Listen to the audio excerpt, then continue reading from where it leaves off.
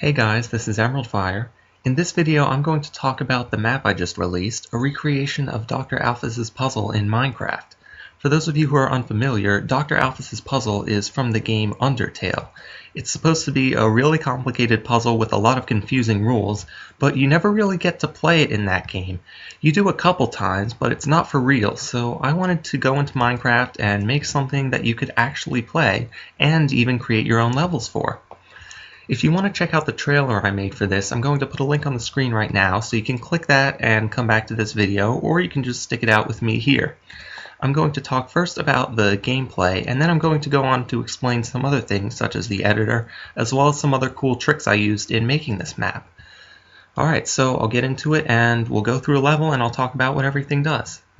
When you first load up the map, it'll start you out here, and level 1 will be loaded on the puzzle grid over there. You can click these signs to learn how to play. So here's the rules. This is taken directly from the dialogue in-game. Papyrus is explaining the rules here. And it basically just explains what each tile does.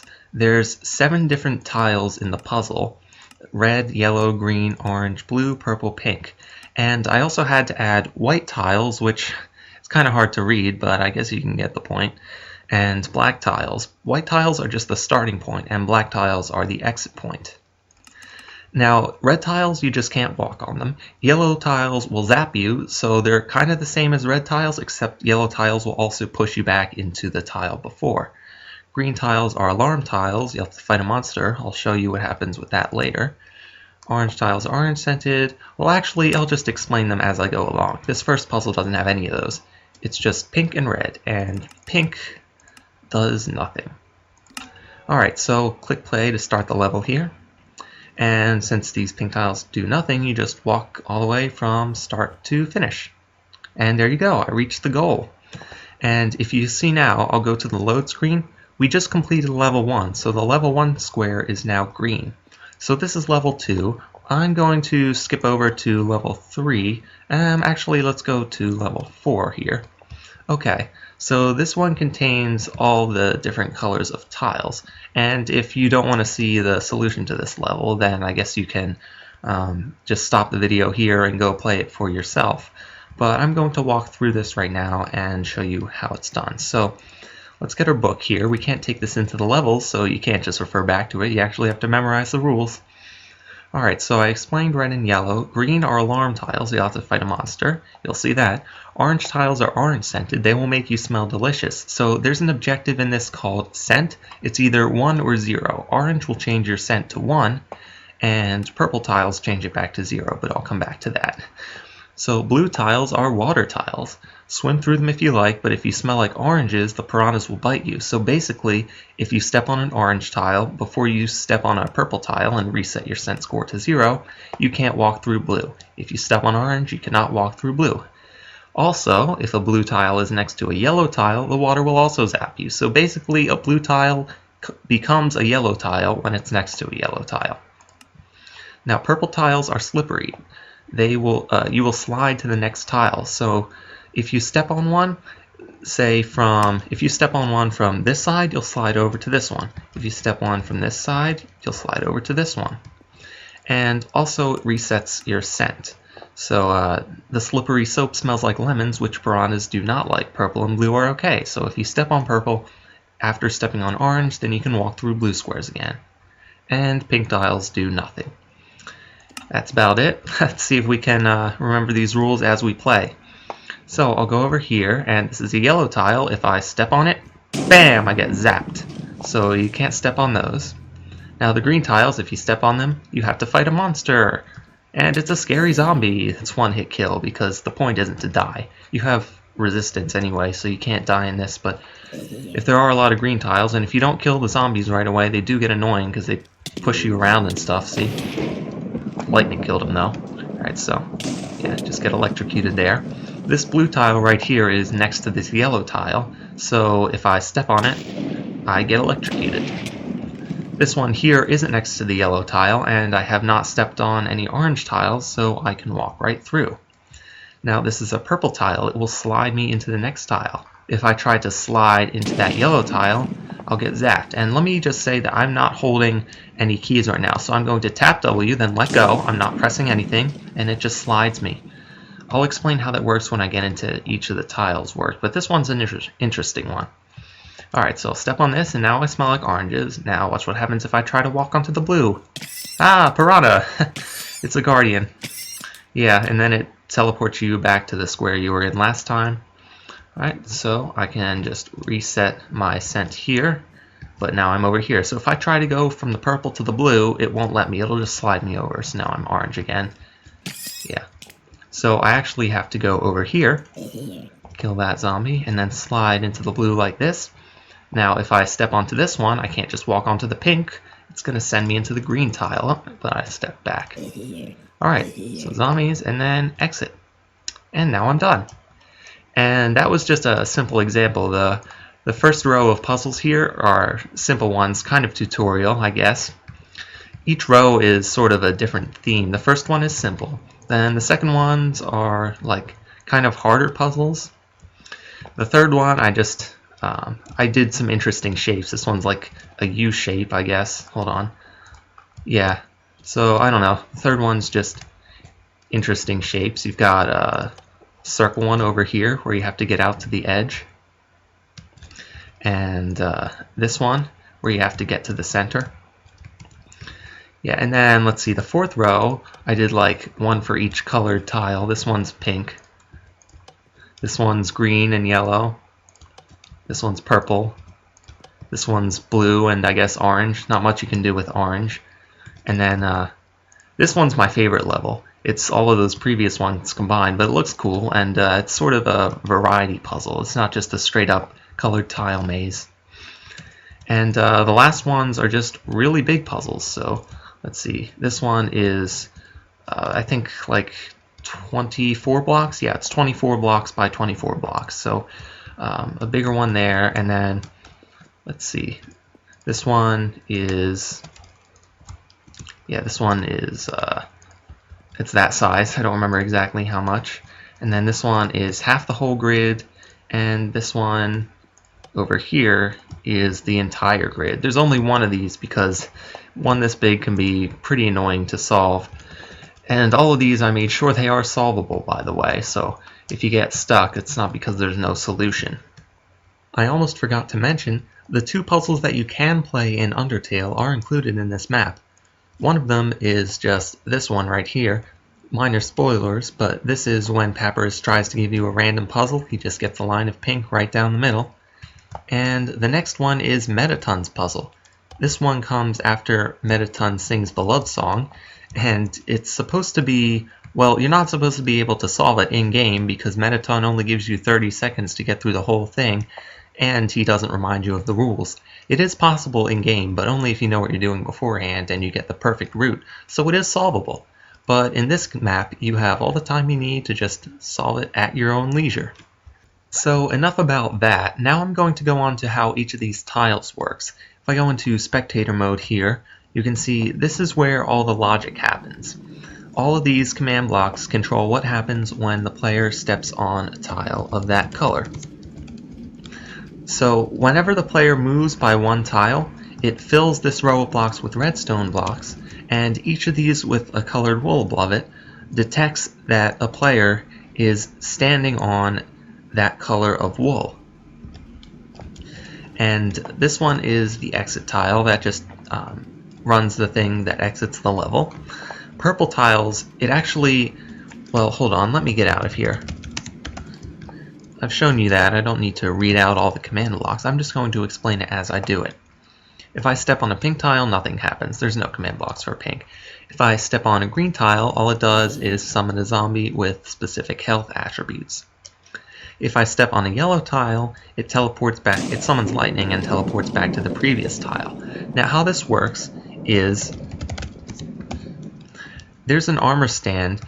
This one is called last tile. It is the last tile you stepped on. And whenever I take a step,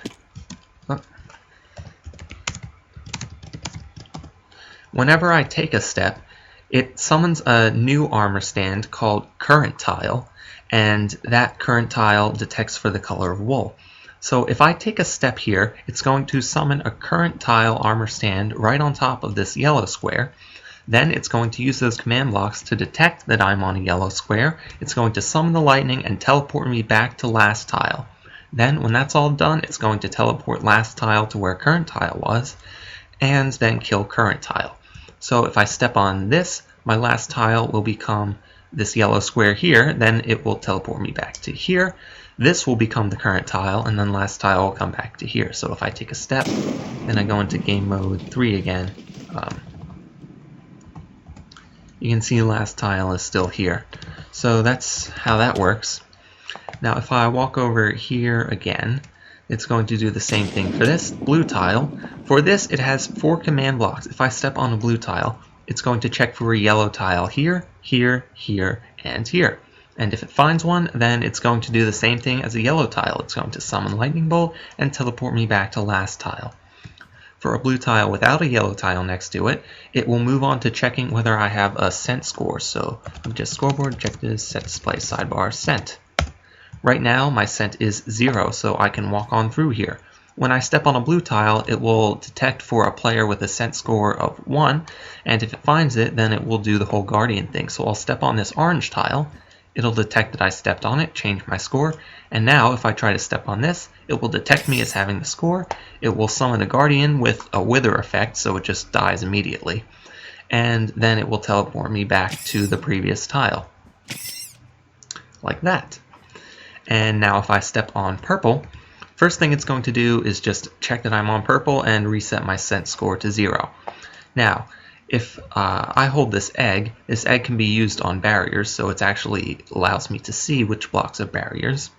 Now if I step on this purple block here, it's going to know that last tile came from this direction, so it's going to set a barrier block here, here, here, and here. That will push the player out to this block, and there's nothing I can do to fight against it. So if I step on this, you'll see there's a barrier here right now. I'm walking against it, but it pushed me out to the other side, now I walked over. So if I just step on it, hold shift, it'll just push me out to the only available air block.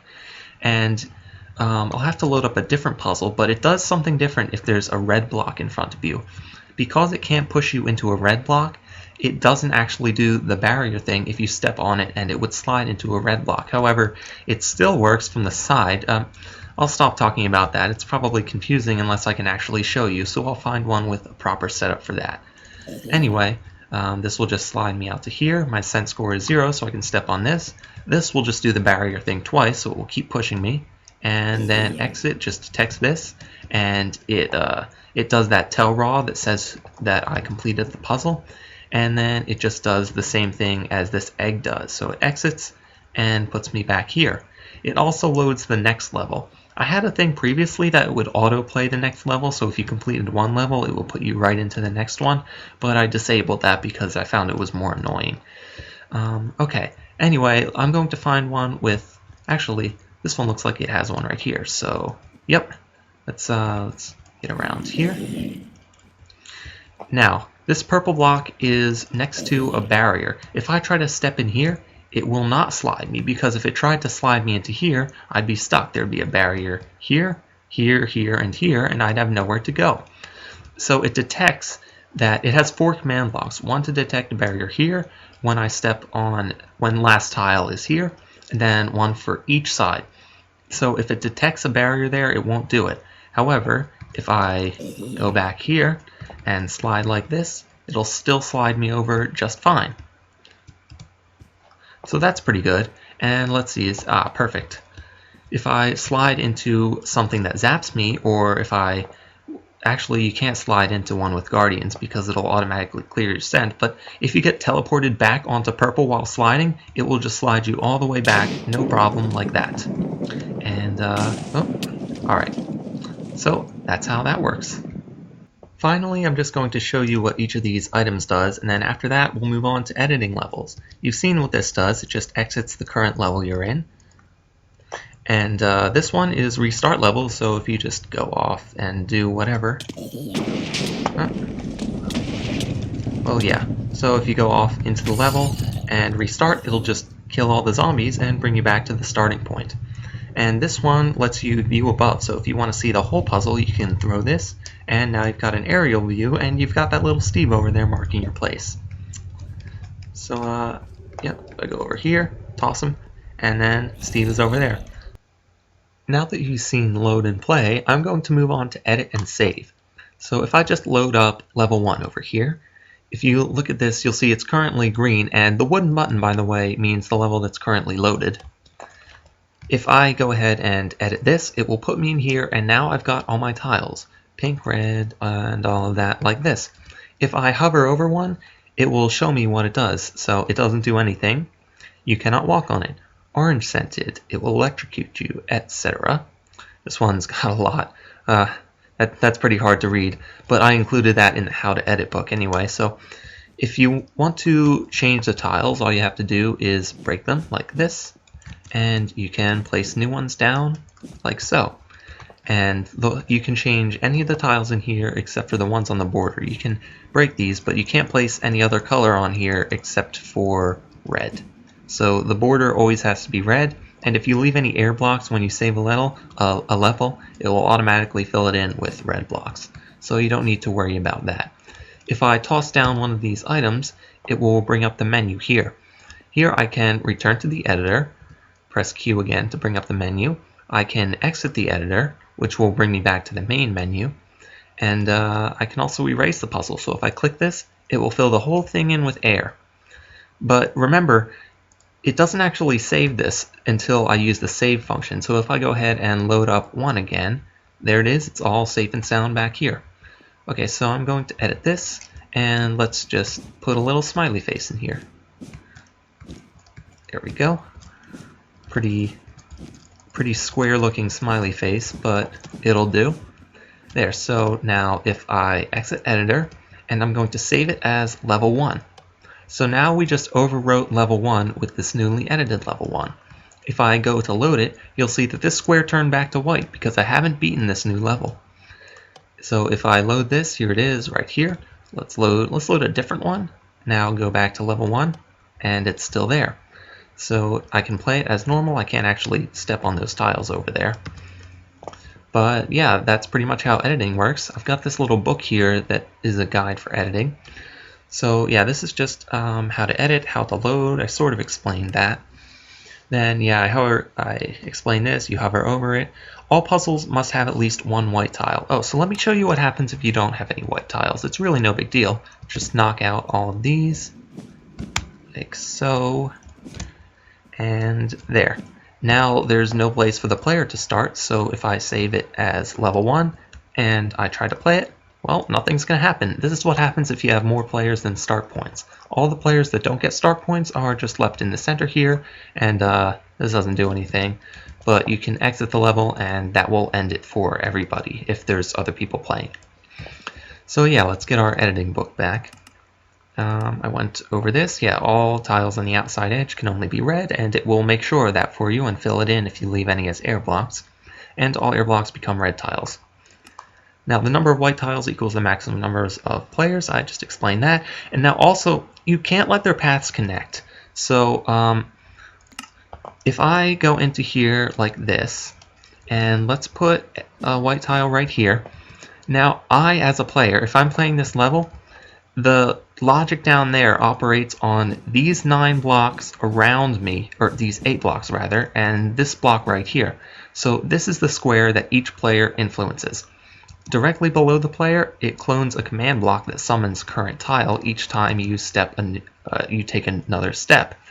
Around these edges, when you're up at this level, it puts barrier blocks here, here, here, and here, but 1 block higher, so that you can't walk onto diagonal blocks, and it fills this one here with air. So if you let another player, let's say this player is marked by this yellow point, and then if you have another start point, say over here, that will allow a player to walk within a short distance of the other player. So if this player is here, then it might try to put a barrier block here, an air block here, a barrier here, here, and here, and now this player can't walk in front as they should be able to. Also, if they get really close, like right here, it might confuse which player's last tile is which. So if this player were to step on a yellow tile over here and get electrocuted, it might teleport it back to the other player. Anyway, it's not good to let the paths connect, so that's why I have 4 separate puzzles over here. You should never let players get too close to one another. And the last page, page number 4, just says inside the editor, drop an item to go to the menu. I already showed that, and then you can erase the puzzle or exit the puzzle. And any changes you make will not be saved until you click save. So I went over that.